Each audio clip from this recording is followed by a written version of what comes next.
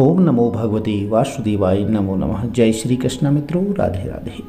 आज की वीडियो में वट सावित्री व्रत कथा का श्रवण करने जा रहे हैं। प्रत्येक माताएं बहनें अपने सुहागी की रक्षा के लिए ईश्वर से कामना करती हैं और अपने पति की लंबी आयु के लिए प्रार्थना करती हैं। इसके साथ साथ अपने पति की उन्नति के लिए भी उपवास रखती हैं। ऐसे में वट सावित्री व्रत का बहुत अधिक महत्व हो जाता है।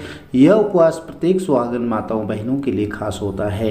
वट सावित्री के दिन सुहागन महिलाएं पूरे विधि विधान से पूजा करती हैं। हमें सच्चे मन से सच्चे भाव से कथा का जरूर श्रवण करना चाहिए। वीडियो में अंत तक जरूर बने रहिए।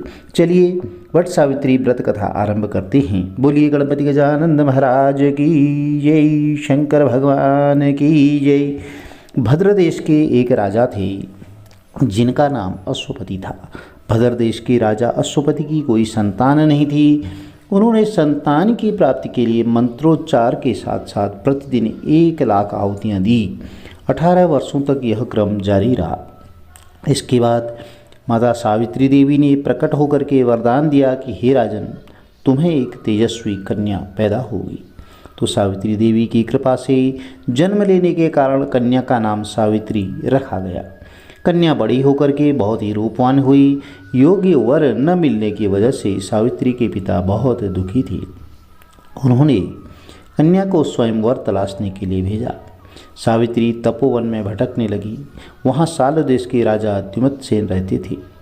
क्योंकि उनका राज्य किसी ने छीन लिया था, उनके पुत्र सत्यवान को देख करके सावित्री ने पति के रूप में उनका वर्ण कर लिया। ऋषिराज नारद जी को जब यह बात पता चली तो वह राजा अश्वपति के पास पहुँचे और कहा कि हे राजन, यह आप क्या कर रहे हैं?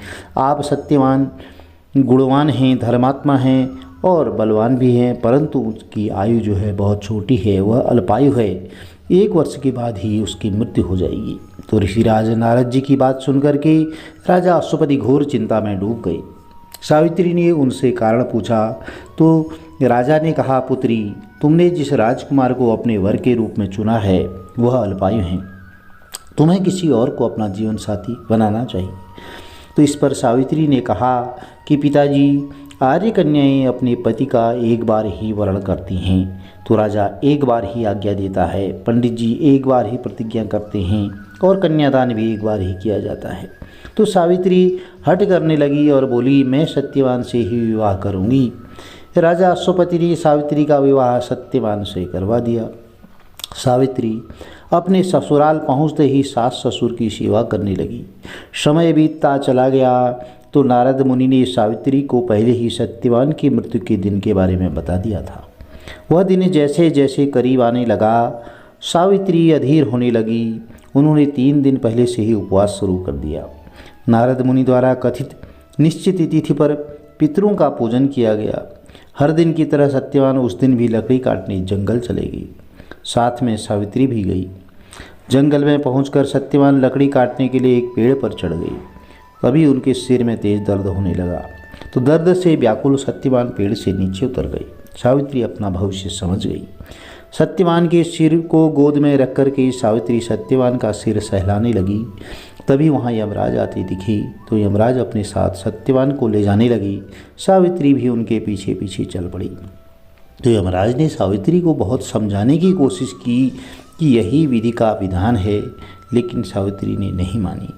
सावित्री की निष्ठा और पतिपरायणता को देख करके यमराज ने सावित्री से कहा कि हे देवी, तुम धन्य हो, तुम मुझसे कोई भी वरदान मांगो। सावित्री ने कहा कि मेरे सास ससुर वनवासी और अंधे हैं, उन्हें आप दिव्य ज्योति प्रदान करें। तो यमराज ने कहा कि ऐसा ही होगा, जाओ अब लौट जाओ।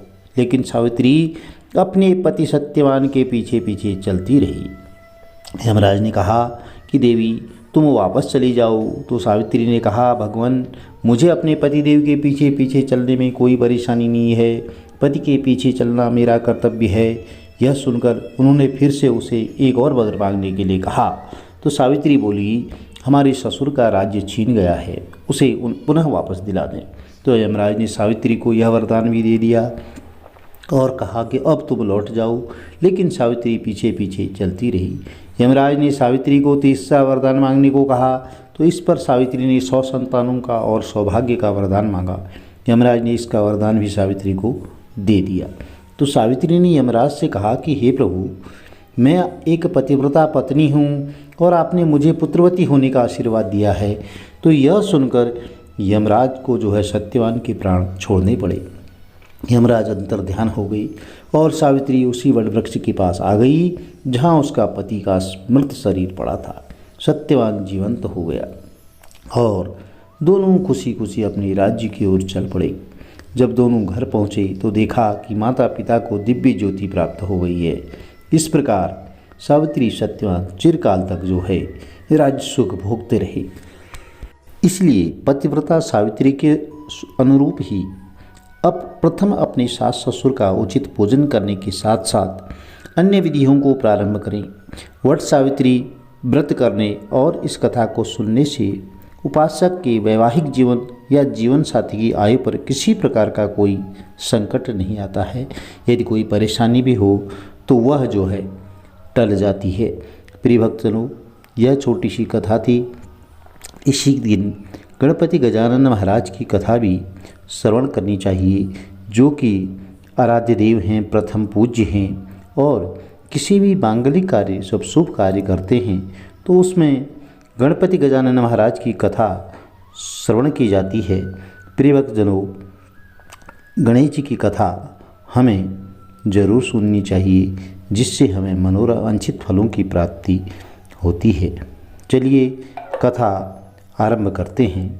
बोलिए गणपति गजानन महाराज की जय, शंकर भगवान की जय।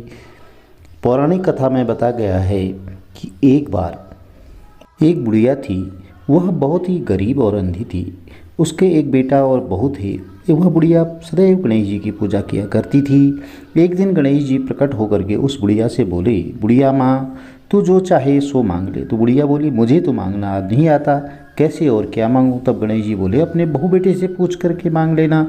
तो तब बुढ़िया ने अपने बेटे से कहा। तो गणेश जी कहते हैं, तू कुछ भी मांग ले, बता मैं क्या मांगूँ। तो पुत्र ने कहा, माँ तू धन मांग ले। तो बहू से पूछा तो बहू ने कहा, नाती मांग ले। और तब बुढ़िया ने सोचा कि ये तो सब अपने अपने मतलब की बात कह रहे हैं, इसलिए बुढ़िया ने पड़ोसियों से पूछा। तो उन्होंने कहा, बुढ़िया माई, तू तो थोड़े दिन जिएगी, तू धन का क्या करेगी, क्यों नाती मांगे, तू तो अपनी आँखों की रोशनी मांग ले, जिससे तेरी ज़िंदगी आराम से कट जाएगी। इस पर बुढ़िया बोली, ठीक है। गणेश जी महाराज को बोला, यदि आप प्रसन्न हैं तो मुझे 9 करोड़ की माया दें, निरोगी काया दें, अमर सुहाग दें, आँखों की रोशनी दें, नाती दें, पोता दें और सब परिवार को सुख समृद्धि दें, अंत में मोक्ष दें।